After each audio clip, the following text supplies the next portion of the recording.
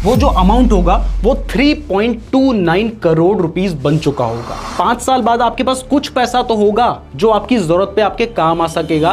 Actual में SIP में जो सबसे बड़ा मैजिक होता है ना, ये लास्ट के कुछ सालों में होता है। और आपने मान लीजिए हर महीने 5,000 दे रहे हैं, लेकिन आपका जो म्यूचुअल फंड का पोर्टफोलियो है वो नेगेटिव में चल रहा है। कहीं ऐसा तो नहीं यहां पर मैं आपको मुंगेरी लाल के हसीन सपने दिखा रहा हूं। हैप्पी न्यू ईयर दोस्तों, नया साल आ गया है और नए साल में आप अपने फ्यूचर के लिए अगर कुछ करने की सोच रहे हैं तो वो एसआईपी हो सकता है। आपने एसआईपी का नाम सुना होगा, लेकिन ये एसआईपी होती क्या है? एसआईपी से अमीर कैसे बना जा सकता है?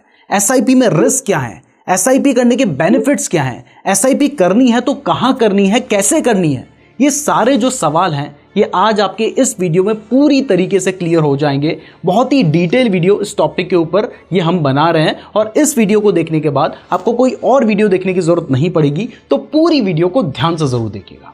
तो सबसे पहला सवाल है कि ये एसआईपी होती क्या है?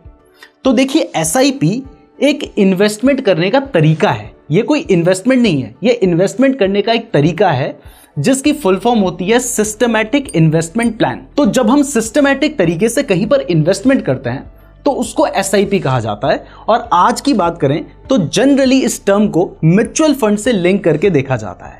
यानी म्यूचुअल फंड में जब आप सिस्टमैटिक तरीके से इन्वेस्टमेंट करते हैं तो उसको आज के टाइम पर हम एसआईपी बोलते हैं। और यहां पर सिस्टमैटिक का मतलब है कि आप म्यूचुअल फंड में एक रेगुलर इंटरवल में इन्वेस्टमेंट कर रहे हैं। जैसे कि अगर आप म्यूचुअल फंड में हर महीने अपनी इन्वेस्टमेंट करना चाहते हैं और आप चाहते हैं कि आपके अकाउंट से पैसे ऑटोमेटिकली कट जाएं और वो म्यूचुअल फंड में इन्वेस्ट हो जाएं, तो ये एसआईपी के थ्रू किया जा सकता है। और ये अमाउंट भी आप अपने हिसाब से डिसाइड कर सकते हैं। यानी अगर आप चाहते हैं कि हर महीने आपके बैंक अकाउंट से 1,000, 2,000, 5,000, 10,000 रुपए कटकर म्यूचुअल फंड में ऑटोमेटिकली इन्वेस्ट हो जाएं, तो ये एसआईपी के थ्रू किया जा सकता है।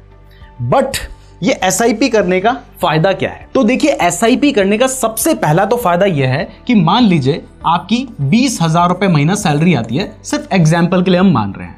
अब अगर आप कहीं पर कोई इन्वेस्टमेंट नहीं करते हैं तो अभी क्या हो रहा होगा कि पूरे 20 के 20,000 रुपए आपके खर्च हो जा रहे होंगे, खत्म हो जा रहे होंगे। आपके साथ ऐसा हो रहा है तो कमेंट कीजिए। चाहे आप 20,000 कमाते हैं, 30,000 कमाते हैं, लेकिन हाथ में आखिर में कुछ नहीं बचता होगा और ना कहीं पर कोई आप इन्वेस्टमेंट कर रहे होंगे। और अगर आपके पास पैसा बच भी रहा है, आप महीने के 2,000 बचा रहे हैं, 3,000 बचा रहे हैं, तो 6 महीने बाद आप क्या कर रहे हैं? आप उससे वॉशिंग मशीन खरीद ले रहे हैं। फिर 6 महीने बाद आप क्या कर रहे हैं? उससे टीवी खरीद ले रहे हैं। फिर 6 महीने बाद आप क्या कर रहे हैं? उस पैसे से आप मोबाइल खरीद ले रहे हैं। यानी आखिर में देखा जाए तो हाथ में कुछ नहीं बचता और फ्यूचर के लिए भी आपके पास कुछ नहीं रहता। तो अगर आप यहां पर एसआईपी करते हैं, मान लीजिए आपने 2,000 रुपए महीना की एसआईपी शुरू कर दी, तो इस केस में क्या होगा? आपके हाथ में 18,000 रुपए होंगे। आप इस 18,000 रुपए से भी उसी तरीके से अपना घर चला लेंगे जितना आप 20,000 से चला रहे थे। और अगर आप 50,000 कमाते हैं, आपने मान लीजिए 5,000 की एसआईपी कर ली, तो 45,000 से भी आप उसी तरीके से अपना घर चला लेंगे जैसा आप 50,000 से चला रहे थे। कुछ खास फर्क आपको देखने को नहीं मिलेगा। लेकिन यहां पर क्योंकि जैसे ही सैलरी आएगी, आपने 3 तारीख की मान लीजिए डेट डिसाइड कर ली कि भाई 3 जनवरी को मेरे अकाउंट से पैसे कट जाएं, तो 3 जनवरी को आपकी सैलरी अगर मान लीजिए 1 तारीख को आती है तो आप 3 तारीख या 5-6 तारीख जनरली डिसाइड कीजिए। 1 तारीख मत डिसाइड कीजिएगा, क्योंकि हर बार जरूरी नहीं है कि 1 तारीख को ही सैलरी आ जाए, कई बार थोड़ी लेट भी हो सकती है। तो आप 5-6 तारीख की डेट डिसाइड कर लीजिए जब आपके अकाउंट से ये 2,000 रुपए कट जाएंगे। तो अब क्या होगा? अब साल में सबसे पहले जो पैसा आप कहां पे खर्च करते हैं आपको पता ही नहीं चलता ना, वो पैसा आपने बचाया और 1 साल में आपने कितना पैसा बचा लिया? आपने 24,000 रुपए बचा लिए। तो सबसे पहला बेनिफिट जो मुझे लगता है एसआईपी करने का वो यही है। दूसरा बेनिफिट यह है कि ये पैसा आपने सिर्फ बचाया नहीं है, इस पैसे को आपने एक्चुअल में इन्वेस्ट किया है। तो जब आप किसी पैसे को इन्वेस्ट कर रहे हैं तो उस पैसे में आपको रिटर्न्स भी तो मिलेंगे। तो वो रिटर्न्स कितने मिल सकते हैं, चलिए ये मैं आपको एग्जांपल से समझाता हूं। और एग्जांपल भी क्या है, ये मैं आपको प्रैक्टिकली दिखाता हूं। तो यहां पर मैंने अभी एक एसआईपी कैलकुलेटर खोला है, आपको दिखाई दे रहा है। तो सबसे पहले हम क्या करते हैं, हम यहां पे अमाउंट डिसाइड कर लेते हैं। मान लीजिए आप हर महीने 5,000 रुपए इन्वेस्ट कर रहे हैं। सिर्फ एग्जाम्पल है, आपके लिए कोई अमाउंट 10,000 हो सकता है, आप 2,000 भी इन्वेस्ट कर सकते हैं, आप 1,000 रुपए भी इन्वेस्ट कर सकते हैं। आपके ऊपर है, आपकी क्षमता के ऊपर डिपेंड करता है कि आपको कितना पैसा इन्वेस्ट करना है। हमने एग्जाम्पल के लिए मान लिया कि आप 5,000 रुपए महीना इन्वेस्ट कर रहे हैं, तो साल में आप कितना इन्वेस्ट करेंगे? साल में आप 60,000 रुपए इन्वेस्ट करेंगे। तो अगर इस पैसे के ऊपर आपको 12% का इंटरेस्ट रेट मिलता है तो 10 साल बाद आपने टोटल जो इन्वेस्टमेंट की होगी वो की होगी 6 लाख रुपए की, और इसके ऊपर आपको 5,61,000 रुपए के रिटर्न्स मिल चुके होंगे। यानी आपके जो 6 लाख रुपए हैं वो बढ़कर 11 लाख रुपए हो गए होंगे, जबकि मैंने आपको बताया कि अदरवाइज वो 5,000 रुपए आप कहां पे खर्च करते आपको पता ही नहीं चलता। तो एक पैसा आपने यहां पर बचा लिया है। अब एक चीज आपके माइंड में आ रही होगी कि ये 12% का इंटरेस्ट हमें मिलेगा कैसे? एफडी में तो आज के टाइम पर 6-7% मैक्सिमम मिलता है, तो ये जो 12% है ना, ये म्यूचुअल फंड में बहुत इजीली मिल जाता है। देखिए नुकसान भी हो सकता है, इसमें रिस्क क्या है वो भी मैं आपको बताऊंगा। आपके लिए सब कुछ जानना जरूरी है, तभी आप सही डिसीजन ले सकते हैं। तो यहां पर आप पे रिस्क क्या है वो बताऊंगा, लेकिन ये भी बता दूं कि अगर आप एसआईपी करते हैं म्यूचुअल फंड में तो 12% का इंटरेस्ट मिलना कोई बहुत बड़ी बात नहीं है। आप 12% से 14-15% के रिटर्न्स काफी आराम से कमा सकते हैं। तो यहां पर मैं मान लेता हूं कि अगर आपने 12 की जगह पे 15% का इंटरेस्ट कमा लिया ना, तो ये जो 5,000 रुपए आप हर महीना इन्वेस्ट कर रहे हैं ये बढ़कर लगभग 14 लाख रुपए हो जाएंगे। लेकिन यहां पर मैं 10 साल की बात कर रहा था। एक्चुअल में एसआईपी में जो सबसे बड़ा मैजिक होता है ना, ये लास्ट के कुछ सालों में होता है। तो अगर मैं 10 की जगह पे इस टाइम पीरियड को बढ़ा के 20 साल कर देता हूं तो फिर क्या हो रहा है, चलिए देखते हैं। तो यहां पे हमने जो हमारा टाइम पीरियड है उसको 20 ईयर्स कर दिया है। आप देख सकते हैं हर महीने हम 5,000 रुपए ही इन्वेस्ट कर रहे हैं। तो इस जगह पे आपने 12 लाख रुपए इन्वेस्ट किए हैं और ये 12 लाख रुपए 75 लाख रुपए हो चुके हैं, और यहां पर आप 5,000 रुपए महीना इन्वेस्ट कर रहे हैं जो कि आपको आगे चल के 75 लाख रुपए दे रहा है। अब थोड़ा सा और आगे बढ़ते हैं। मान लीजिए यही जो अमाउंट है ये 25 साल में कितना होगा वो देखिए। 20 साल में 75 लाख हुआ था, तो 25 साल में ज्यादा से ज्यादा 1 करोड़ होना चाहिए। लेकिन यहां पर देखिए 1,64,00,000 रुपए हो चुके हैं। यानी जो आपका पैसा होगा वो अच्छी खासे रेट से बढ़ेगा। और यहां पे एक बहुत बड़ी चीज मैंने आपसे छुपाई है, और वो ये है कि देखिए आज आपको लग रहा होगा कि यार 5,000 रुपए महीना में कहां से इन्वेस्ट करूंगा, लेकिन ये भी समझिए कि आज से 2 साल बाद, 3 साल बाद, 5 साल बाद आपकी सैलरी भी बढ़ चुकी होगी। तो क्या उस टाइम पर भी आप 5,000 ही इन्वेस्ट करेंगे? अगर उस टाइम पर आप लाख रुपए कमा रहे होंगे तो आराम से आप 15,000 रुपए महीना इन्वेस्ट कर सकते हैं। तो ऐसे अगर आप जिस हिसाब से आपकी सैलरी बढ़ रही है उस हिसाब से अपनी इन्वेस्टमेंट भी बढ़ाते हैं, तब क्या होगा चलिए अब ये देखते हैं। यह आपके लिए जानना बहुत जरूरी है। इसके बाद रिस्क भी बताऊंगा।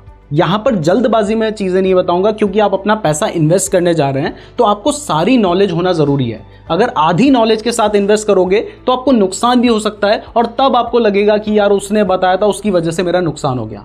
मैं नहीं चाहता मेरे साथ ऐसा हो। मैं आपको पूरी नॉलेज देना चाहता हूं, इसलिए सब चीजें समझा के बता रहा हूं। इसके बाद रिस्क भी इसी तरीके से बताऊंगा। ऐसा नहीं कि सिर्फ फायदे बता दूं, रिस्क भी इसी तरीके से बताऊंगा। तो यहां पर देखिए, अगर हम हर महीने 5,000 इन्वेस्ट कर रहे थे, 15% का रिटर्न हमें मिलता था, और 25 साल में वो जो अमाउंट था वो 1.64 करोड़ हो गया है। लेकिन इसकी जगह पर अगर हम स्टेप अप एसआईपी करते हैं जिसमें हम वही 5,000 रुपए महीना इन्वेस्ट कर रहे हैं और टाइम पीरियड हमने कर दिया वही 25 साल, इंटरेस्ट को यानी जो रिटर्न्स हमें मिल रहे हैं उसको हम 15% कर लेते हैं। लेकिन यहां पर मैं क्या कह रहा हूं कि हर साल मेरी सैलरी लगभग 10% बढ़ेगी, तो उसी 10% के रेट से मैं अपनी जो इन्वेस्टमेंट है उसको भी बढ़ाऊंगा। यानी इस साल मैं 5,000 रुपए इन्वेस्ट कर रहा हूं, अगले साल मैं 5,000 प्लस 10% यानी 5,500 रुपए इन्वेस्ट करूंगा। तो इस केस में आपका वही जो 5,000 रुपए महीना से आपने अपनी शुरुआत की थी वो जो अमाउंट होगा वो 3.29 करोड़ रुपीस बन चुका होगा। यानी एक छोटी सी आदत आप नए साल से शुरू करते हैं, एक छोटा सा आप इन्वेस्टमेंट शुरू करते हैं, ये आगे चल के एक बहुत बड़ा अमाउंट बन सकता है। और अगर मैं कहता हूं आप 25 साल नहीं भी रोक सकते हैं, आपने अगर 5 साल बाद भी आपको पैसे की जरूरत पड़ती है तो एटलीस्ट आज से आपने अपनी सेविंग शुरू की है। 5 साल बाद आपके पास कुछ पैसा तो होगा जो आपकी जरूरत पे आपके काम आ सकेगा, या फिर आप अपने फ्यूचर जो गोल्स हैं उनको इस पैसे से पूरे कर पाएंगे। तो इसलिए एसआईपी एक बहुत अच्छा ऑप्शन निकल कर आता है जहां पर आप अपने पैसे को इन्वेस्ट कर सकते हैं। तो ये चीज आपको समझ आ गई है। अब बात करते हैं कि ठीक है आप इन्वेस्टमेंट करना चाहते हैं, लेकिन इसमें रिस्क क्या है? कहीं ऐसा तो नहीं यहां पर मैं आपको मुंगेरी लाल के हसीन सपने दिखा रहा हूं, मैं आपको करोड़ों की बातें बता रहा हूं और आपका सारा नुकसान हो जाए? क्या ऐसा हो सकता है? चलिए इसके बारे में बात करते हैं और रिस्क को समझते हैं। देखिए यहां पर जब आप एसआईपी कर रहे हैं तो वो एसआईपी आप कहां पे कर रहे हैं? आप ये जो एसआईपी कर रहे हैं ये आप किसी म्यूचुअल फंड में कर रहे हैं, ठीक है? आपने मान लीजिए अपने जो 5,000 रुपए आप इन्वेस्ट कर रहे हैं, ये 5,000 रुपए आप एक म्यूचुअल फंड को दे रहे हैं हर महीने। बस वो तरीका है कि ऑटोमेटिक आपके अकाउंट से कट रहा है और उस म्यूचुअल फंड जो कंपनी है उसके पास वो पैसा जा रहा है और उसमें वो इन्वेस्ट हो रहा है। यानी आप अपना पैसा एक म्यूचुअल फंड में हर महीने इन्वेस्ट कर रहे हैं। अब ये जो म्यूचुअल फंड है वो पैसे को कहां इन्वेस्ट कर रहा है ये भी तो पता होना चाहिए हमें। तो ये जो म्यूचुअल फंड है ये बहुत जगह पे आपके पैसे को इन्वेस्ट कर सकता है और करता है। तो जनरली पैसा कहां पे वो इन्वेस्ट कर रहा है, आपने तो उनको दे दिया, उन्होंने कहां इन्वेस्ट किया, उन्होंने वो पैसा इन्वेस्ट किया स्टॉक मार्केट में। तो अब देखिए, जब आप स्टॉक मार्केट में अपना पैसा इन्वेस्ट कर रहे हैं, क्योंकि भले ही डायरेक्टली नहीं इनडायरेक्टली आपका पैसा स्टॉक मार्केट में ही जा रहा है, तो स्टॉक मार्केट में 6 महीने में, 1 साल में, 2 साल में हो सकता है कि मंदी आ जाए और मार्केट नेगेटिव चलता रहे और आपने मान लीजिए हर महीने 5,000 दे रहे हैं, लेकिन आपका जो म्यूचुअल फंड का पोर्टफोलियो है वो नेगेटिव में चल रहा है, आपको लॉस दिखाई दे रहा है। ऐसा हो सकता है। लेकिन देखिए यहां पर हो क्या रहा है, यहां पर आप अपने 5,000 रुपए म्यूचुअल फंड में इन्वेस्ट कर रहे हैं और ये म्यूचुअल फंड कंपनी उस पैसे को स्टॉक मार्केट के अलग अलग जो स्टॉक्स हैं उनमें इन्वेस्ट कर रही है। तो अब जो म्यूचुअल फंड कंपनी है, क्योंकि उसके पास बहुत सारा पैसा, आपने 5,000 दिए हैं, किसी ने 50,000 दिए हैं, किसी ने 50 लाख दिए हैं, ऐसे मिला के जो म्यूचुअल फंड का ओवरऑल फंड होता है वो कोई 5,000 करोड़, 10,000 करोड़, 50,000 करोड़ का भी फंड होता है। तो अब आपका जो ये 5,000 रुपए है ये उस 50,000 करोड़ के फंड का एक छोटा सा हिस्सा है। तो ये अब म्यूचुअल फंड कंपनी के पास जब 50,000 करोड़ रुपया आता है तो वो उस पैसे को स्टॉक मार्केट की अलग अलग कंपनीज में इन्वेस्ट करती है। तो अब जब उन्होंने अलग अलग कंपनीज में उस पैसे को इन्वेस्ट कर दिया है तो अब आपका जो पैसा है वो इनडायरेक्टली उन कंपनीज में इन्वेस्टेड है। अगर वो कंपनीज अच्छा परफॉर्म करेंगी तो आपका पैसा बढ़ेगा। जो हम 12-15% एनुअल के रिटर्न्स कमाना चाह रहे हैं वो आप कमाएंगे, इवन ज्यादा भी कमा सकते हैं। और अगर वो कंपनी खराब परफॉर्म करेगी तो वहां पर आपको नेगेटिव रिटर्न्स भी देखने को मिल सकते हैं, यानी आपको लॉस भी हो सकता है। लेकिन सबसे बड़ी बात क्या होती है ना, इसमें होता क्या है कि जो कंपनी के पास पैसा है, अगर आपके पास 5,000 रुपए था, वो 5,000 रुपए से आप 2-3-4 कंपनी के स्टॉक लेते, 1-1, 2-2, लेकिन उनके पास 50,000 करोड़ रुपए है। वो क्या करते हैं, वो टॉप 100 कंपनीज में आपके पैसे को इन्वेस्ट कर सकते हैं स्टॉक मार्केट की, या फिर वो हो सकता है कि टॉप 100 में से कुछ कंपनीज में आपका पैसा इन्वेस्ट करें, उसके बाद जो 100 से लेके 150 नंबर की कंपनी है उनमें आपके पैसे को इन्वेस्ट करें। यानी वो इस पैसे को स्टॉक मार्केट की जो टॉप कंपनीज होती हैं उनमें इन्वेस्ट करते हैं। अब देखिए, आपको स्टॉक मार्केट की उतनी अच्छी नॉलेज नहीं होगी जितनी उस म्यूचुअल फंड कंपनी को होगी। उसके पास एक बहुत बड़ी टीम होती है, उनके पास डेटा भी बहुत सारा होता है, बहुत सारी ऐसी टेक्नोलॉजी होती है जिससे वो स्टॉक मार्केट की अच्छी नॉलेज रखते हैं और वो पूरी रिसर्च करके उस पैसे को लगाते हैं, जिस वजह से शॉर्ट टर्म में तो ये नहीं कहा जा सकता कि पैसा ऊपर जाएगा, नीचे जाएगा या लॉस होगा, क्योंकि साल भर में 2 साल में हो सकता है कि मंदी आ जाए और आपको लॉस देखने को मिले। लेकिन जब हम लॉन्ग टर्म की बात करते हैं, अगले 5 साल की हम बात करें, अगले 10 साल की बात करें, अगले 15 साल की बात करें, अगले 20 साल की बात करें, तो यहां पर जनरली आज तक ऐसा हुआ है कि कभी भी पिछले 20 साल में ओवरऑल स्टॉक मार्केट ने नेगेटिव रिटर्न्स नहीं दिए हैं। लॉन्ग टर्म की जब हम बात करते हैं तो ओवरऑल स्टॉक मार्केट ने अभी तक पॉजिटिव रिटर्न्स ही दिए हैं। तो यानी अगर आप लॉन्ग टर्म के लिए पैसा इन्वेस्ट करेंगे, जब आप इन्वेस्ट कर रहे हैं आपको दिखाई दे रहा है वहां पे लॉस चल रहा है, उसके बाद भी आप इन्वेस्ट करते रहेंगे, तभी आप पैसा कमाएंगे। लेकिन होता क्या है कि लोग क्या करते हैं, आज अपना पैसा डाल देते हैं, 1 महीने बाद देखते हैं यार ये तो घट गया, नुकसान में देख के वो अपना पोर्टफोलियो बेच देते हैं, फिर कहते हैं कि यार ये सब खराब था। आपको लॉन्ग टर्म के लिए इन्वेस्ट करना है, तभी आप अच्छा पैसा कमा पाएंगे। तो आपने ये नहीं देखना कि अभी कैसा रिटर्न मिल रहा है, लॉन्ग टर्म की सोच के अगर आप इन्वेस्टमेंट कर सकते हैं तभी आपको इन्वेस्टमेंट करनी है। और अगर आप लॉन्ग टर्म के लिए इन्वेस्टमेंट करेंगे तो वहां पर बहुत मिनिमम रिस्क होता है, लेकिन शॉर्ट टर्म में अच्छा खासा रिस्क होता है, इस बात का जरूर ध्यान रखिएगा। तो अब आपको बेनिफिट समझ आ गया, रिस्क समझ आ गया। तो अब सवाल उठता है कि 2025 में अगर आप एसआईपी करना चाहते हैं म्यूचुअल फंड में तो आपको कितने रुपए से शुरुआत करनी चाहिए। लेकिन ये बताने से पहले देखिए, अभी मैं आपको एसआईपी के बारे में बता रहा हूं।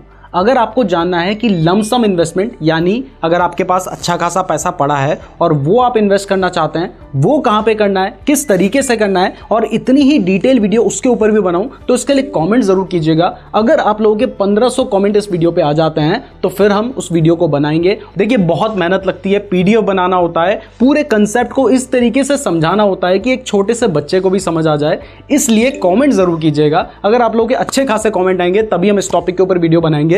तो अब आते हैं इस सवाल के ऊपर कि आपको कितना इन्वेस्ट करना चाहिए। तो देखिए, आपको कितना इन्वेस्ट करना चाहिए ये आपकी क्षमता के ऊपर डिपेंड करता है कि आप कितना इन्वेस्ट कर सकते हैं। पैसा तो जितना बचा लो उतना अच्छा है ना, तो आप जितना इन्वेस्ट कर सकते हैं आप उतना इन्वेस्ट कीजिए। लेकिन इन जनरल बात करूं तो मेरे अकॉर्डिंग अगर आप 50,000 रुपये महीना कमा रहे हैं तो अपनी सैलरी का 20% आपको इन्वेस्ट करना चाहिए, मतलब 10,000 रुपये तो कम से कम इन्वेस्ट करने चाहिए। इससे ज़्यादा करो तो और अच्छी बात है। अगर आप 20,000 कमा रहे हो तो आप 10% तो कर ही सकते हैं, 2,000 रुपये तो बचा ही सकते हैं। और इवन अगर आप 1,000 रुपये से भी अपनी SIP करना चाहते हैं तो वो आप कर सकते हैं, और एटलीस्ट इससे आपकी शुरुआत तो हो जाएगी। तो जितने भी पैसे से कम से करना चाहते हो, ज़्यादा पैसा नहीं है तो 500 रुपये से भी कर सकते हो, 100 रुपये से भी कर सकते हो। लेकिन मेरे अकॉर्डिंग यार 100-500 रुपये महीना देके कुछ खास इम्पैक्ट नहीं पड़ेगा। कम से कम 2,000 रुपये महीना से आप शुरुआत करो, ये अच्छा रहेगा। अदरवाइज आपकी सैलरी अच्छी है, मान लीजिए आप 1 लाख रुपए महीना कमाते हैं, वहां पर आप 20% 20,000 रुपये बचाइए, बहुत अच्छी बात है। तो ये चीज का ध्यान रखिए कि आप अपनी सैलरी के हिसाब से जितना चाहें उतना इन्वेस्टमेंट कर सकते हैं। मिनिमम इन्वेस्टमेंट का अमाउंट 100 रुपए है, लेकिन मेरे अकॉर्डिंग कम से कम 2,000 रुपए से SIP शुरू करें तो ये ज्यादा बेहतर रहेगा। तो SIP क्या है, उसको करने का फायदा क्या है, उसके पीछे रिस्क क्या है, और कितने रुपए से SIP की शुरुआत करनी चाहिए, ये सवालों के जवाब मैंने आपको दे दिए हैं। तो अब आता है अगला सवाल कि SIP करनी कहां है। सब तो समझा दिया, लेकिन कौन से म्यूचुअल फंड में SIP करें। तो इसके लिए पहले हमें समझना होगा कि म्यूचुअल फंड कितने टाइप के होते हैं। तो देखिए, जनरली म्यूचुअल फंड बहुत सारे टाइप के होते हैं, लेकिन मैं आपको मेन बात करूंगा। तो एक जो आपको सुनाई देगा वो है इक्विटी म्यूचुअल फंड। इक्विटी में आपका जो पैसा होता है वो स्टॉक मार्केट में डाला जाता है। इवन 90 to 95% पैसा आपका स्टॉक मार्केट में डाला जाएगा। यानी अगर आप किसी इक्विटी म्यूचुअल फंड में इन्वेस्ट करते हैं तो यहां पर आप स्टॉक मार्केट में ही इनडायरेक्टली अपना पैसा इन्वेस्ट कर रहे हैं, तो रिस्क ज्यादा होगा, रिटर्न्स भी आपको ज्यादा मिल सकते हैं। दूसरा ऑप्शन होता है debt mutual fund. Debt mutual fund सबसे सेफेस्ट होते हैं, क्योंकि यहां पर आपका जो पैसा होता है वो गवर्नमेंट बॉन्ड्स वगैरह में डाला जाता है, लेकिन रिटर्न्स भी कुछ खास नहीं मिलते हैं। तो मैं तो पर्सनली डेट म्यूचुअल फंड्स को प्रेफर नहीं करता हूं। फिर आते हैं hybrid mutual funds. Hybrid mutual fund में आपका कुछ पैसा इक्विटी, कुछ डेट में डाला जा सकता है। तो अगर आप थोड़ा बहुत रिस्क लेना चाहते हैं तो आप हाइब्रिड म्यूचुअल फंड की तरफ जा सकते हैं। और इसके बाद आता है इंडेक्स म्यूचुअल फंड, जो कि आजकल बहुत ज्यादा पॉपुलर है। तो अगर मैं अपनी बात करूं, पर्सनल बात करूं, तो मेरे अकॉर्डिंग 2 तरह के म्यूचुअल फंड ही ज्यादा बेहतर है। एक है इक्विटी म्यूचुअल फंड, जिसमें आपका रिस्क ज्यादा है लेकिन रिटर्न्स भी ज्यादा मिल सकते हैं। और जब आप म्यूचुअल फंड में पैसा डाल रहे हो तो आपको पता है कि आप रिस्क ले रहे हो, तो वो अच्छे रिटर्न्स के लिए ले रहे हो ना। तो मेरे अकॉर्डिंग मैं पर्सनली सोचता हूं कि भाई इक्विटी में ही पैसा डालना चाहिए। दूसरा, ये जो इंडेक्स म्यूचुअल फंड होते हैं ये भी बहुत अच्छे ऑप्शन है, जिसके पीछे रीजन ये है कि यहां पर भी आपके पैसे को स्टॉक मार्केट में ही डाला जाएगा, लेकिन यहां पर आपने निफ्टी का नाम सुना होगा, आपने सेंसेक्स का नाम सुना होगा, ये कुछ इंडेक्स हैं।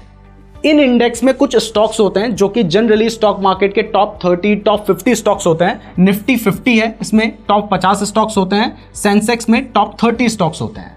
तो अगर आप चाहते हैं कि जैसा हमारा स्टॉक मार्केट परफॉर्म कर रहा है मेरे को उतने ही रिटर्न्स मिल जाएं, तो फिर आप ज्यादा टेंशन ना लेके इंडेक्स फंड में अपने पैसे को इन्वेस्ट कर सकते हैं। कैसे ढूंढना है अभी सब बताऊंगा, डोंट वरी। उसके लिए बस वीडियो को लाइक और चैनल को सब्सक्राइब जरूर कर दीजिएगा। और अगर आप म्यूचुअल फंड में इन्वेस्ट करना चाहते हैं तो इसके लिए एक डीमैट अकाउंट चाहिए होता है, जहां से आप स्टॉक मार्केट में भी इन्वेस्ट कर सकते हैं। तो उसका लिंक मैंने आपको डिस्क्रिप्शन पे दे रखा है, तो वहां से आप अपना डीमैट अकाउंट खुलवा सकते हैं। तो डिस्क्रिप्शन जरूर चेक कर लीजिएगा। तो यहां पर मैंने आपको बता दिया कि अगर आप चाहते हो कि जैसा ओवरऑल स्टॉक मार्केट परफॉर्म कर रहा है मुझे बस उतने रिटर्न्स मिल जाए तो मैं खुश हूं, तो आपको ज्यादा टेंशन नहीं लेनी है। आप निफ्टी 50 के किसी इंडेक्स फंड में पैसा इन्वेस्ट कर सकते हैं आप, या फिर सेंसेक्स के किसी इंडेक्स फंड में पैसा इन्वेस्ट कर सकते हैं। तो ये होते हैं इंडेक्स फंड। अब जो मेन यहां पर फंड है वो है इक्विटी म्यूचुअल फंड, क्योंकि इक्विटी में भले ही आप अपना पैसा स्टॉक मार्केट में डाल रहे हैं, लेकिन यहां पर भी बहुत सारे टाइप होते हैं, टाइप ऑफ स्टॉक्स होते हैं। तो इसके बारे में अब हम डिटेल में बात करते हैं, और ये मैं बात कर रहा हूं कि कैसे आपको बेस्ट म्यूचुअल फंड सेलेक्ट करना है। मतलब यहां पर आप म्यूचुअल फंड कैसे सेलेक्ट करना है ये भी मैं आपको सिखा रहा हूं। तो अब इसकी बात करते हैं, और ये कंसेप्ट जो कितने टाइप के म्यूचुअल फंड्स होते हैं इक्विटी में, ये भी मैं आपको स्क्रीन में ही दिखाता हूं। तो म्यूचुअल फंड को सेलेक्ट करने के लिए हम आ गए हैं टिकर टेप की वेबसाइट पे। आपको गूगल पे सर्च करना है टिकर टेप म्यूचुअल फंड स्क्रीनर, और इससे आप इस वेबसाइट पे पहुंच जाएंगे। क्लियर कर दूं कि ये स्पॉन्सर नहीं है, जो मैं खुद यूज करता हूं वो आपको बता रहा हूं। हम आ चुके हैं टिकर टेप की वेबसाइट पे। यहां पर आपको एक स्क्रीनर का ऑप्शन देखने को मिल रहा है, आपने इस पे क्लिक कर देना है। अब जैसे आप इस पे क्लिक करते हैं तो आप इस पेज पर पहुंच जाएंगे। यह है टिकर टेप म्यूचुअल फंड का स्क्रीनर। अब यहां पर आने के बाद आप यहां पे देखिए हमें बहुत सारे ऑप्शन देखने को मिल रहे हैं। तो सबसे पहले ये ऑप्शंस मैं आपको दिखा देता हूं। देखिए यहां पर हमने कोई भी फिल्टर अभी नहीं लगा रखा है, तो हमें इसको तो बंद कर देना है, इसको हमें देखने की जरूरत नहीं है। अब यहां पर आपको दिखाई दे रहा है कि बहुत सारे टाइप के हमें म्यूचुअल फंड्स दिखाई दे रहे हैं। इक्विटी, हाइब्रिड, डेट की मैंने बात की थी, कमोडिटी भी दिखाई दे रहा है, अदर भी दिखाई दे रहा है। तो हमें इनके ऊपर जाने की जरूरत नहीं है, हम चलते हैं इक्विटी में। तो इक्विटी में आप यहां पे टैप कीजिए। जैसे ही आप यहां पे टैप करते हैं तो आपको दिखाई देता है कि इक्विटी में बहुत सारे टाइप के म्यूचुअल फंड है, और इवन इंडेक्स फंड की मैं बात कर रहा था ना, वो भी इक्विटी में ही आता है। लेकिन आजकल इतना पॉपुलर हो चुका है कि उसको हम सेपरेटली ट्रीट करते हैं। तो यहां पर आपको दिखाई दे रहा है कि इक्विटी फंड बहुत सारे टाइप के होते हैं। तो ये होते क्या हैं, इनके बारे में बात करते हैं। तो मैं मेन जो फंड आपके लिए जानना जरूरी है उनके बारे में बताऊंगा, क्योंकि ये बहुत ही सारे हैं। तो सबसे पहले हम बात करते हैं इंडेक्स फंड की। तो यहां पे मैं आपको ऑलरेडी बता चुका हूं कि आपका जो पैसा होता है वो निफ्टी 50 के जो 50 स्टॉक्स हैं, टॉप स्टॉक मार्केट के स्टॉक्स, उनमें लगाया जाता है, या फिर सेंसेक्स के 30 जो स्टॉक्स हैं उनमें आप अपना पैसा लगा सकते हैं। तो जैसा हमारा ओवरऑल स्टॉक मार्केट परफॉर्म करेगा, निफ्टी या सेंसेक्स परफॉर्म करेगा, वैसे ही आपको रिटर्न्स भी मिलेंगे। तो ये होता है इंडेक्स फंड। अब अगर आपको इंडेक्स फंड देखने हैं तो इसको टिक कर लीजिए। इसके बाद जो आपके लिए जानना जरूरी है वो है large cap fund. Large cap fund ऐसे म्यूचुअल फंड्स को कहा जाता है जहां पर आपका जो पैसा है ना, वो स्टॉक मार्केट की जो बड़ी बड़ी कंपनीज हैं, जितनी भी बड़ी बड़ी कंपनीज के नाम आपने सुन रखे हैं, उनमें इन्वेस्ट किया जाता है। इसका फायदा क्या होता है कि अगर हम बड़ी बड़ी कंपनीज की बात करें, मान लो मैं एग्जांपल रिलायंस का ले लेता हूं, तो अगर आप किसी ऐसे म्यूचुअल फंड में अपना पैसा इन्वेस्ट करते हैं जिसने रिलायंस जैसी बड़ी बड़ी कंपनीज में अपना पैसा इन्वेस्ट कर रखा है, तो यहां पर आपका जो रिस्क होगा वो बहुत कम होगा, क्योंकि रिलायंस कंपनी पूरी तरह से डूब जाएगी, इसके बहुत ही कम चांसेस हैं। लेकिन क्योंकि वो कंपनी इतनी बड़ी है कि वो आपको बहुत ज्यादा रिटर्न्स भी नहीं दे पाएगी, यानी यहां पर आपका जो रिस्क होता है वो कम होता है, इसलिए यहां पर आपके जो रिटर्न्स होते हैं वो भी थोड़े कम होते हैं। तो ये आपको समझ आ गया है लार्ज कैप फंड का फायदा क्या है, नुकसान क्या है। इसके बाद जो दूसरी चीज आपके लिए जानना जरूरी है वो है mid cap fund. Mid cap fund में आपका जो पैसा होता है वो ना तो बहुत बड़ी कंपनीज में लगता है, ना ही बहुत छोटी छोटी कंपनीज में लगता है। जो मीडियम साइज की कंपनीज होती हैं वहां पर आपका पैसा लगाया जाता है, तो इससे आपका रिस्क थोड़ा बढ़ जाता है और आपके जो रिटर्न्स होते हैं वो भी बढ़ने के चांसेस होते हैं। इसके बाद जो तीसरी टाइप की कंपनीज होती हैं या तीसरे टाइप के जो फंड होते हैं वो होते हैं small cap fund. Small cap fund में आपका जो पैसा होता है वो स्टॉक मार्केट की छोटी छोटी कंपनीज में लगाया जाता है, तो इससे आपका रिस्क बहुत ज्यादा बढ़ जाता है, क्योंकि छोटी कंपनी तो पूरी तरह से बंद भी हो सकती है या बहुत लंबे टाइम तक खराब परफॉर्म कर सकती है। लेकिन उसमें से बहुत सारी ऐसी कंपनीज भी होंगी जो अच्छा परफॉर्म करेंगी, तो आपको ज्यादा रिटर्न्स मिलने के भी चांसेस होते हैं। तो ये 3-4 तरह के फंड्स आपके लिए जानना जरूरी है। एक और यहां पर इंपॉर्टेंट है, वो है flexi cap fund. Flexi cap fund में क्या होता है कि आपका जो पैसा है वो आपने अपने फंड मैनेजर के ऊपर रख दिया है कि तू चाहे तो मेरा पैसा ज्यादा से ज्यादा लार्ज कैप में डाल दे, ज्यादा से ज्यादा मिड कैप में डाल दे, ज्यादा से ज्यादा स्मॉल कैप में डाल दे। तो वो आपके पैसे को मार्केट की कंडीशन को देखते हुए कभी लार्ज कैप में डालते हैं, कभी स्मॉल कैप में डालते हैं, कभी मिड कैप में डालते हैं, और कभी ज्यादा लार्ज कैप में डाल देंगे, कभी ज्यादा स्मॉल कैप में डाल देंगे। अब यहां पर आपने फंड मैनेजर को अपना सब कुछ मान लिया है और वो अपने हिसाब से आपकी जो इन्वेस्टमेंट है उसको कर सकता है, जो कि मेरे हिसाब में अगर आपको पूरी नॉलेज नहीं है और आप ज्यादा रिटर्न चाहते हैं तो एक सही अप्रोच है, मैं इसको नेगेटिव नहीं बोल रहा हूं। तो अब आपको दिखाई दे रहा है कि इतने सारे टाइप के फंड हैं। इसके अलावा एक थीमेटिक फंड भी होता है जिसमें किसी पर्टिकुलर थीम के ऊपर इन्वेस्टमेंट अगर आप करना चाहते हैं, जैसे आप AI के ऊपर इन्वेस्टमेंट करना चाहते हैं तो AI से रिलेटेड कोई फंड है उसमें आप इन्वेस्टमेंट कर सकते हैं, तो ये थीमेटिक फंड होते हैं। तो इतने सारे टाइप के यहां पर हमें फंड देखने को मिलते हैं। तो एग्जांपल के लिए मैं यहां पे फ्लैक्सी कैप फंड को सेलेक्ट करता हूं। तो यहां पे मैंने सेलेक्ट कर लिया फ्लैक्सी कैप फंड। तो ये इक्विटी फंड का एक पार्ट है, यानी मेरा पैसा स्टॉक मार्केट में लगाया जाएगा और उसमें भी हमने फंड मैनेजर को पूरी फ्रीडम दे रखी है कि वो अपने हिसाब से पैसे को इन्वेस्ट कर सकता है, क्योंकि आगे तो हम देखेंगे ना कि उसने पहले कैसा परफॉर्म किया है।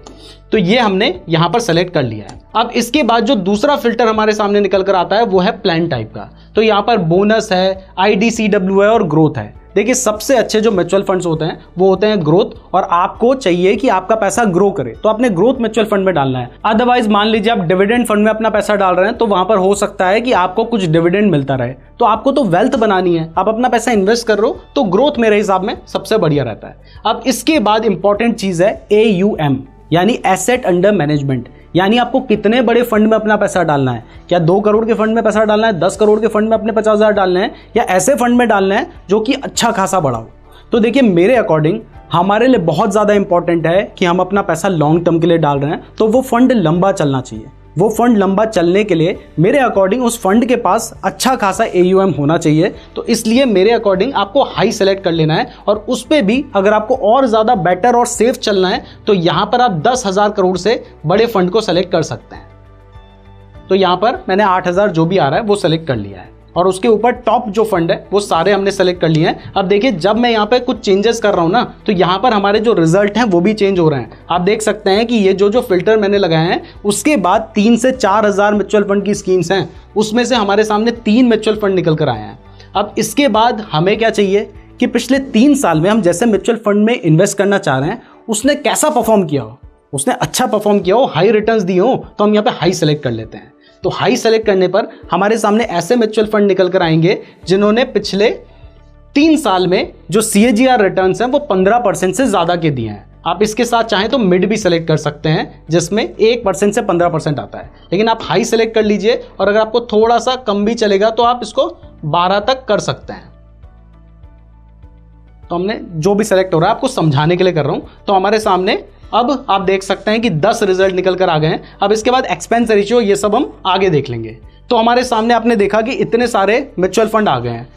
अब इन 10 में से अच्छा म्यूचुअल फंड कौन सा है, अब ये सिर्फ एग्जांपल है, तो मैंने यहाँ पे फ्लैक्सी कैप सेलेक्ट किया था। यहाँ पर देख लीजिए मैंने फ्लैक्सी कैप सेलेक्ट किया था, तो आप देख सकते हैं कि सारे जो फंड आए हैं वो फ्लैक्सी कैप आए हैं। अगर इसकी जगह पर मैं इसको चेंज करके लार्ज कैप फंड सेलेक्ट कर लूंगा, तो यहाँ पे मैं फ्लैक्सी हटा देता हूँ, लार्ज कैप सेलेक्ट कर लेता हूँ। तो आप देखिए मेरे सामने 7 रिजल्ट आए हैं, और यहाँ पर सारे लार्ज कैप फंड हैं। तो मैंने आपको लार्ज कैप क्या होता है, स्मॉल कैप क्या होता है, मिड कैप क्या होता है, फ्लैक्सी कैप क्या होता है, ये सब बता दिए हैं। उनके पीछे के रिस्क बता दिए हैं। अगर आपको कंफ्यूजन है तो थोड़ा सा पार्ट पीछे देखोगे, आप अपने हिसाब से सेलेक्ट कर सकते हो। तो एग्जाम्पल के लिए आप लार्ज कैप सेलेक्ट करना चाहते हो, फ्लैक्सी कैप सेलेक्ट करना चाहते हो, ये आपके ऊपर है। लार्ज कैप और इंडेक्स फंड सबसे ज़्यादा सेफ होते हैं, तो आप वो भी देख सकते हैं। तो यहाँ पर हमें लार्ज कैप दिखाई दे रहा है, मैं फ्लैक्सी कैप सेलेक्ट करता हूँ। तो इतने सारे फंड हमारे सामने निकल कर आ गए हैं। तो अब हमें क्या करना है, अब इस 10 फंड में से कौन से ऐसे 3 फंड हैं जिन्होंने पिछले 3 साल में सबसे अच्छे रिटर्न्स दिए हैं, उसके लिए मैं यहाँ पे क्लिक करता हूँ। जैसे ही मैं यहाँ पे क्लिक करता हूँ तो मेरे सामने ये टॉप 3 म्यूचुअल फंड निकल कर आते हैं। फ्लैक्सी कैप फंड जिनका AUM क्या है, ये 66,000 करोड़ का फंड है, ये 12,000 करोड़, ये 16,000 करोड़ का फंड है। हमने 8,000 करोड़ से ऊपर रखा था। आप देख सकते हैं सारे फंड बड़े हैं, और इस फंड ने पिछले 3 साल में 25% के CAGR से ग्रो किया है। इसने 24%, इसने 21%। तो अब सिर्फ रिटर्न्स को देखकर तो मैं ये नहीं कहूंगा कि ये फंड अच्छा है। मैं क्या करूंगा, मैं इन तीनों को अच्छे से कंपेयर करूंगा। तो इसके लिए एक दूसरी वेबसाइट है जिसका मैं यूज करता हूं, वो भी स्पॉन्सर्ड नहीं है, आपको सिखाना मेरा मकसद है। तो जो मुझे सही लग रहा है, जिन वेबसाइट को मैं खुद यूज करता हूं, वो आपको बता रहा हूं। तो इसके लिए एक वेबसाइट है जिसका नाम है ET मनी, और यहां पर आप गूगल में सर्च कर सकते हैं ET money mutual fund compare. ये लिख के जैसे आप सर्च करेंगे तो आपके सामने वेबसाइट आ जाएगी, आपने इस पर क्लिक कर देना है। अब जैसे ही आप इस पर क्लिक करते हैं तो यहाँ पर कंपेयर करने का ऑप्शन आ जाता है। तो यहाँ पर हमने टिकर टेप में बहुत सारे फिल्टर्स लगा के 3 जो म्यूचुअल फंड है उनको सेलेक्ट कर लिया है, और उसके बाद उन तीनों को मैंने यहाँ पे ऐड कर लिया है। ऐड करने के लिए हमें यहाँ पे क्लिक करना होता है और उस म्यूचुअल फंड का नाम सर्च करना होता है। तो अब तीनों को हम साइड बाय साइड कंपेयर करते हैं। देखिए हमने फ्लैक्सी कैप फंड सेलेक्ट किया है, तो ये तीनों फ्लैक्सी कैप हैं। क्लियर कर दूं, ये कोई भी बाय या सेल रिकमेंडेशन नहीं है। मेरा पर्पस आपको समझाना है। जरूरी नहीं है कि ये फंड आपके लिए भी अच्छे हो या आप इतना रिस्क ले सकें। अभी आप उसके रिटर्न्स देख रहे हैं, कई टाइम पे खराब भी परफॉर्म करेंगे, तो उस टाइम पर आपको सिर्फ लॉस दिखाई देगा। तो अपने हिसाब से सेलेक्ट कीजिएगा। मैं आपको समझा रहा हूँ, प्रोसेस बता रहा हूँ, तो जो यहाँ पे दिख रहा है उस पर इन्वेस्ट मत कीजिए, समझिए। और मैं वैसे भी फ्लैक्सी कैप बता रहा हूँ, हो सकता है आपको लार्ज कैप फंड में इन्वेस्ट करना हो, तो वो आप अपने हिसाब से देख लीजिएगा। तो ये जो तीनों फंड मैंने आपको बताए हैं, ये तीनों कौन से फंड हैं? ये तीनों फ्लैक्सी कैप फंड हैं। ये फंड 11 साल पुराना है, ये 10 साल पुराना है, ये 3 साल पुराना है। इसका मतलब है कि ये 2 फंड तो 10-10 साल से चल रहे हैं। इसके बाद ये 3 साल से चल रहा है, बट सिर्फ 3 साल के बेसिस पर हम इसको जरूरी नहीं है कि रिजेक्ट करें, वो आपके ऊपर है। अगर आपको लगता है तो आप यहाँ से इसको हटा सकते हैं। इसके बाद पिछले 3 महीने में इन्होंने कैसा परफॉर्म किया है, इसने -4% के रिटर्न्स दिए हैं। 3 महीने पहले इन्वेस्टमेंट शुरू की होती तो अभी नेगेटिव में होते, इसने सिर्फ 0.45% के, इसने तो -7.04% के रिटर्न्स दिए हैं। और ऐसा इसलिए है क्योंकि पिछले 3 महीने से जो स्टॉक मार्केट है वो भी खराब परफॉर्म कर रहा है, तो ऐसे में आपका जो म्यूचुअल फंड है वो भी खराब रिटर्न्स देगा। इसीलिए मैंने आपको बताया था कि इन्वेस्ट करते हो तो लॉन्ग टर्म के लिए करो। 6 महीने में इसने 13% दिया, इसने 3% दिया, इसने 2% दिया। 1 साल में 24%, इसने 46%, इसने 23%, 3 साल में 25, 23, 21, 5 साल में 23 और 19। और ये तो नया फंड है तो इसकी इतनी हिस्ट्री हमारे पास नहीं है, तो यहां पर आपको दिखाई दे रहा है। अब ये चीज बहुत ज्यादा इंपॉर्टेंट है क्योंकि सिर्फ रिटर्न्स के बेसिस पे डिसाइड नहीं करना होता है। अब यहां पर कुछ सेक्टर्स दिखाई दे रहे हैं जिसमें इसका सबसे ज्यादा इन्वेस्टमेंट है। अगर आपको लगता है कि अगले 10 साल में फाइनेंशियल सेक्टर अच्छा परफॉर्म करेगा तो इसने अपना ज्यादा पैसा financial sector, health care sector और ऑटोमोबाइल सेक्टर में डाला है। इसने ज्यादा पैसा टेक्नोलॉजी, सर्विसेज और फाइनेंशियल में डाला है। इसने अपना पैसा ऑटोमोबाइल, फाइनेंशियल और सर्विसेज में डाला है। तो अगर आपको लग रहा है कि भाई हेल्थ केयर में मेरा पैसा जाना चाहिए तो आप इसको सेलेक्ट कीजिए। अगर आपको लगता है कि भाई मेरा पैसा तो सर्विसेज सेक्टर में जाना चाहिए या फाइनेंशियल में जाना चाहिए और टेक्नोलॉजी में डालना चाहिए तो आप इसको सेलेक्ट कीजिए और यहाँ पर आप सेलेक्ट कर सकते हैं। अब इसकी टॉप होल्डिंग कौन सी है ये भी आपको दिखाई दे रहा है। इसने टॉप कौन से स्टॉक में पैसा इन्वेस्ट किया ये भी आपको दिखाई दे रहा है। यहां पर भी आपको दिखाई दे रहा है कि इसने टॉप कौन से स्टॉक में अपना पैसा इन्वेस्ट कर रखा है। इसके बाद एक इंपॉर्टेंट चीज जो आपको पता होनी चाहिए वो है एक्सपेंस रेशियो। अगर आप किसी म्यूचुअल फंड में इन्वेस्ट करते हैं तो वो जो म्यूचुअल फंड कंपनी है, जो एसेट मैनेजमेंट कंपनी है, आपके इतने सारे पैसों को मैनेज कर रही है, वो कुछ ना कुछ तो आपसे चार्ज करेगी ना। तो वो एक्सपेंस रेशियो चार्ज करती है, यानी आप जो इन्वेस्टमेंट कर रहे हैं और आपके जो रिटर्न्स बनेंगे उसके ऊपर वो 0.76% ये चार्ज करेगी, ये 0.88% चार्ज करेगी, ये 0.79% चार्ज करेगी।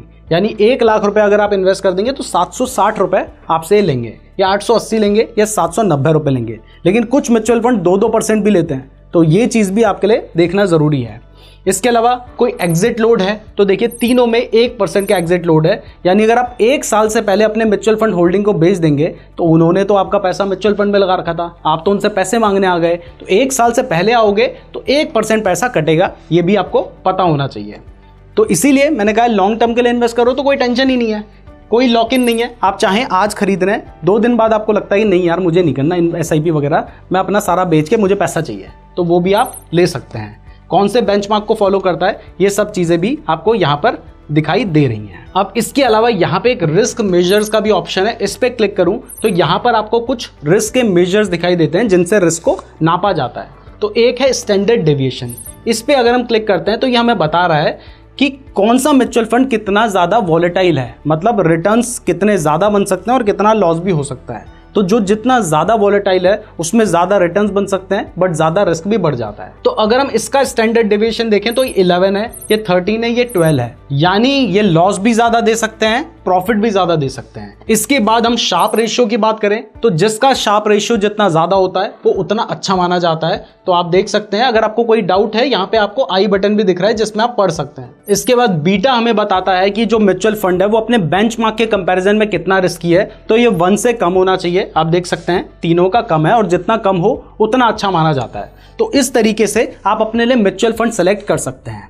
तो मान लीजिए आप कोई म्यूचुअल फंड को सेलेक्ट कर लेते हैं, अब सवाल उठता है कि सब कुछ तो बता दिया, SIP करनी कैसे है ये तो बताओ। तो चलिए वो भी बता देते हैं। और अगर आपको ये वीडियो पसंद आ रही है तो उस वीडियो को आपके जो भी व्हाट्सएप ग्रुप्स हैं सब जगह पे शेयर जरूर कर दीजिएगा, ताकि ये जो नॉलेज है वो बाकी लोगों तक भी पहुंच सके, और न्यू ईयर में करेंगे तो और बेटर रहेगा। तो म्यूचुअल फंड में इन्वेस्ट करना बहुत ही आसान है। इसके लिए बस आपको अपना एक डीमैट अकाउंट चाहिए होता है जो कि आप यूज करते हैं स्टॉक मार्केट में इन्वेस्ट करने के लिए। तो अगर आपके पास डीमैट अकाउंट है तो उसी से आप म्यूचुअल फंड में भी इन्वेस्ट कर सकते हैं। और अगर आपके पास डीमैट अकाउंट नहीं है तो इस वीडियो के डिस्क्रिप्शन में मैंने आपको लिंक दे रखा है, वहां से आप अपना बिल्कुल फ्री डीमैट अकाउंट खुलवा सकते हैं। तो डिस्क्रिप्शन जरूर चेक कर लीजिएगा। तो जब आपका डीमैट अकाउंट ओपन हो जाएगा तो उसके बाद यहां पर आप देख सकते हैं कि म्यूचुअल फंड का आपको एक टैब दिखाई दे रहा है। तो इस पे जाने के बाद आप जिस म्यूचुअल फंड को बाय करना चाहते हैं आप उसको यहाँ पे सर्च कर सकते हैं। तो यहाँ पर जो म्यूचुअल फंड दिखाई दे रहा है मैं इस पे क्लिक कर देता हूँ, और इस पे क्लिक करने के बाद आप कितने रुपए की SIP करना चाहते हैं आप 100 रुपए की एसआईपी करना चाहते हैं, 1000 रुपए की एसआईपी करना चाहते हैं, 10,000 की करना चाहते हैं, 1 लाख रुपए की करना चाहते हैं, वो आप अपने हिसाब से डिसाइड कर सकते हैं। मैं आपको सिर्फ एग्जांपल दिखाने के लिए, मान लीजिए आप 100 रुपए की एसआईपी करना चाहते हैं तो 100 रुपए पे क्लिक करता हूं। उसके बाद यहां पर आपको पे 100 रुपीज का ऑप्शन आ रहा है। आप यहां पे गूगल पे के थ्रू भी अपनी जो एसआईपी है उसको ऑटो डेबिट करवा सकते हैं और उसके बाद ऑटोमेटिकली आपके अकाउंट से जितने भी रुपए आपने डिसाइड किए होंगे उतने कटकर म्यूचुअल फंड में इन्वेस्ट हो जाएंगे। इसके अलावा अगर मान लीजिए आप देखना चाहते हैं कि कौन कौन से म्यूचुअल फंड्स हैं जिनमें आप एसआईपी कर सकते हैं, तो इस ऐप में भी आप बहुत सारी डिटेल्स देख सकते हैं। तो अब मैं उम्मीद करता हूं कि एसआईपी से रिलेटेड जितनी भी इंपॉर्टेंट चीजें आपके लिए जानना जरूरी है वो अब आपको पता चल गई होंगी। और अगर आप चाहते हैं कि हम लमसम इन्वेस्टमेंट के ऊपर भी इसी तरीके की एक डिटेल वीडियो बनाएं तो इसके लिए कमेंट जरूर कीजिएगा। अगर आप लोगों के 1500 कमेंट आते हैं तभी हम इतनी मेहनत करेंगे, तो कमेंट जरूर कीजिएगा। फ्री डीमैट अकाउंट का लिंक हमने आपको डिस्क्रिप्शन पे दे रखा है। आप सभी को नए साल की बहुत बहुत शुभकामनाएं। हमारे चैनल को सब्सक्राइब भी जरूर कीजिएगा। धन्यवाद।